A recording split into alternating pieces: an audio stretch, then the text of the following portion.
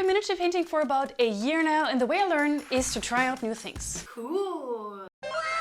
And I don't want to stop at basing, guys. Hi, my name is Kiddo and welcome back to my channel where we paint miniatures and discuss in the beginning of my miniature painting journey, I tend to overlook basing a little bit because my priority was to make sure that my miniatures do not look like absolute garbage, which is already difficult enough. But as usual, I want to take you with me on my journey, and this is exactly what we're going to do today. We're going to focus on basing, and this is exactly why I created this series of painting for beginners from a beginner, because I'm taking you with me on my journey, trying to become a decent miniature paint.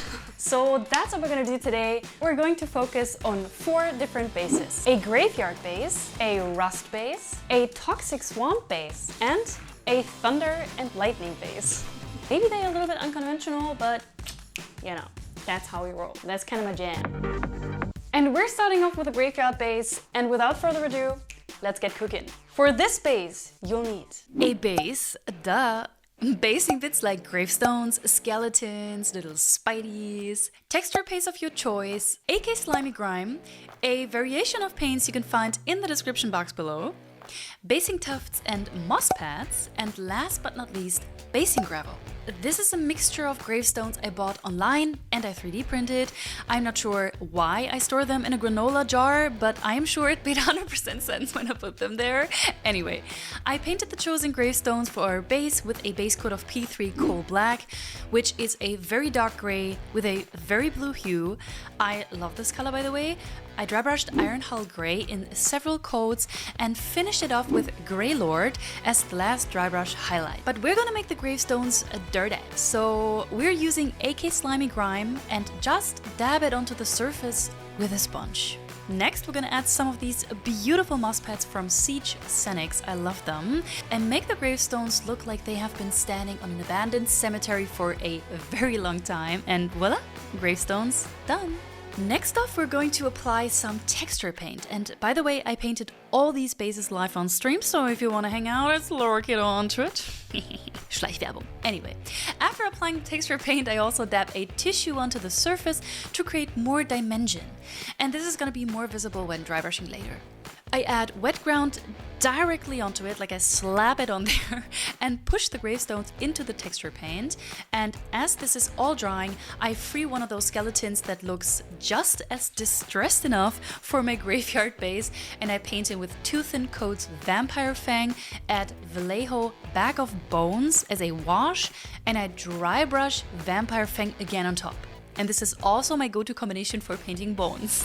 I also painted one of these cute little spideys in a dark green and added an orange cross on top of the body just to make it stand out a little bit more, and put it onto the gravestone.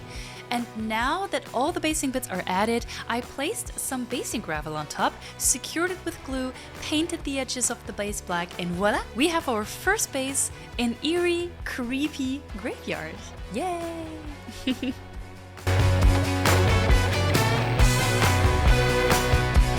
We're going to continue with the rust base, and for this base, you'll need. I used this beautiful AK Rust set. You can also find it in the description box below.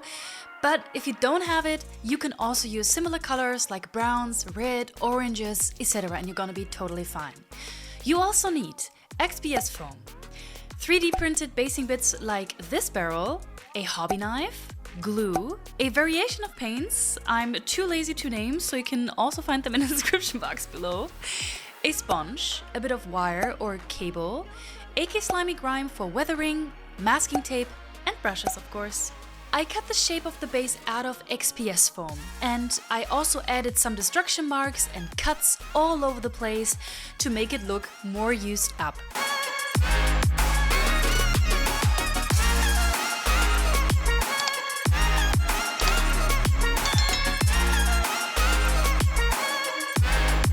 After that, I dry brushed the prime barrel with P3 Cold Steel and highlighted it with Quicksilver.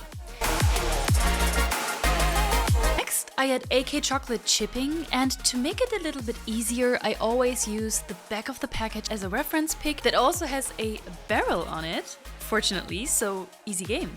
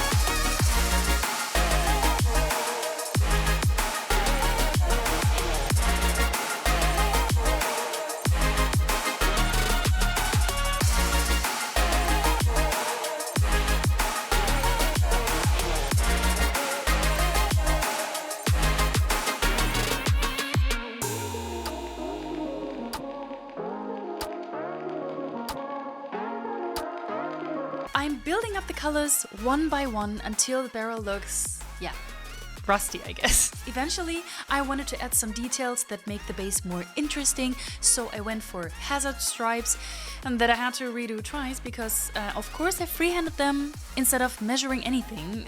And also, I put a bit of wire to the base. I just thought it was cool.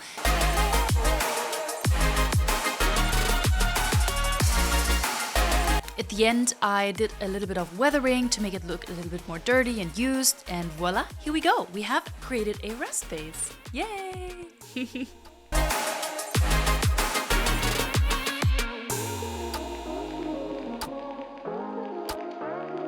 The third base is going to be the Toxic Swamp base. And for this base, you're gonna need cork, various paints, brushes of course, a silicone mold you can easily get on Amazon, UV resin, a UV lamp, and basing tufts and moss pads. I always wanted to make a resin base, and UV resin comes in super handy because it just dries so fast. So yeah, I wanted to try out this one.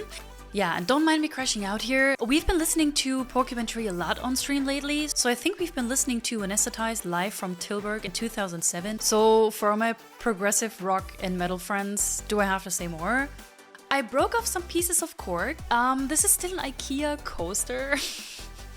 I ripped apart because I didn't have time to buy new cork on the internet, so I just grabbed this one. So yeah, this is the reason why I used that. I painted them with dark blue and went lighter into kind of like a greenish, almost beige tone, just on the edges of the cork.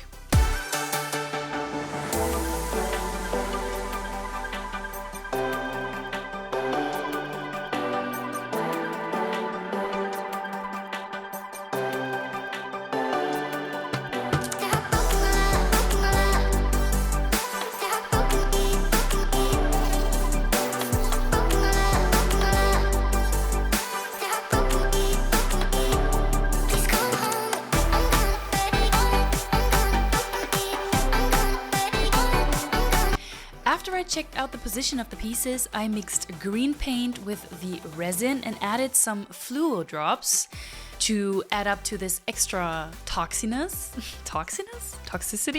I don't know.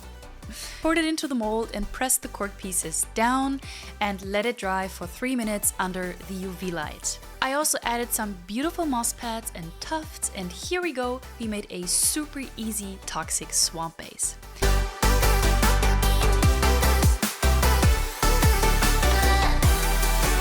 I also created more variations of this resin base because I wanted to try out more color schemes.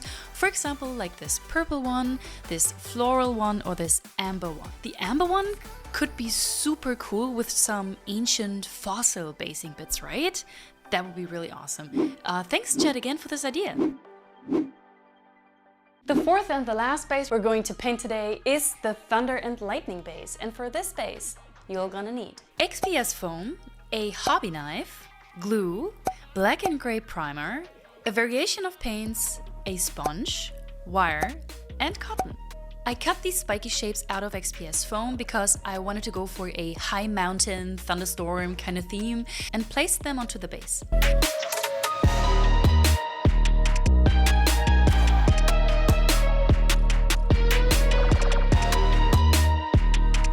After the glue had dried, I also added some pieces of the XPS foam that resemble stones or rubble. I primed everything in black and sprayed a light gray from above as a zenithal highlight. And now it's time for a bit of color.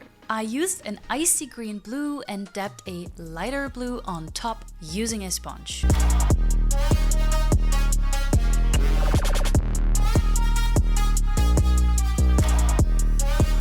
I was thinking about this idea of being in the middle of a thunderstorm and lightning is striking the sky, and this is why I got some wire and deformed it with my pliers, trying to achieve a lightning look. And after gluing them onto the base, I also wanted to add some clouds made out of cotton, so here we are.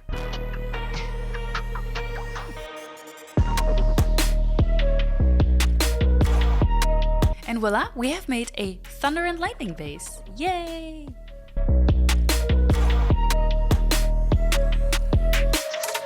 These are the 4 bases we created today, and I had so much fun. I learned stuff. I hope you had fun too watching this video.